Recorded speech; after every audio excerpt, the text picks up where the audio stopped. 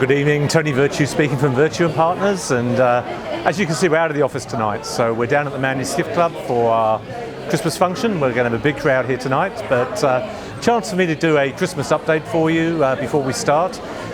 Market's still pretty volatile at the moment. Two main things to see in the last few days.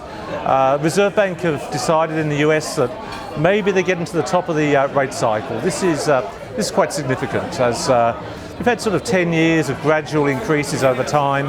Now looking like we're beginning to peak.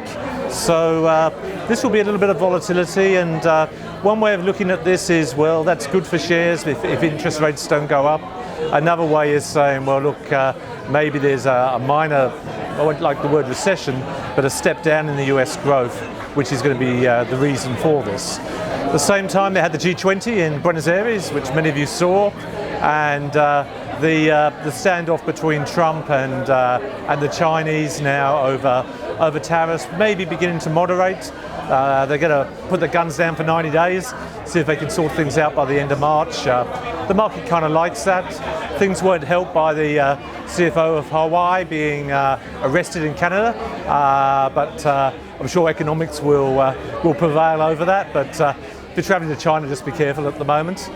Over in the UK, the Brexit, non-Brexit, whatever it may be, comes to a head as we speak. So we may have a coup overnight over there. So we've no money in the US, in the UK at the moment, and we wouldn't want to really be in Europe at all. If you look at what's going on in Paris, look at the banks in Italy at the moment. So it just shows how blessed we are in Australia, even though we tend to castigate ourselves probably more than what we should. Over here, the Royal Commission is over. It's obviously 50% of the stock market is in the financial services sector. It has a knock-on effect. There certainly has been short selling by overseas investors. I think that will stabilise now. The actual running yield, the income you're getting from your Australian investments haven't changed, and the graph just shows there if you add back all the dividends over the years, that we're actually not as bad as what we might think there. So let's see if we get a bit of a Santa rally coming on now. In the short term, property markets are soft in Sydney. I think that is in part of relation to the financial services sector at the moment. There's lots of ammunition for the government to do something to adjust this. We have the half-yearly economic statement coming out on Monday. So look for maybe a little bit of a stimulus package to encourage people.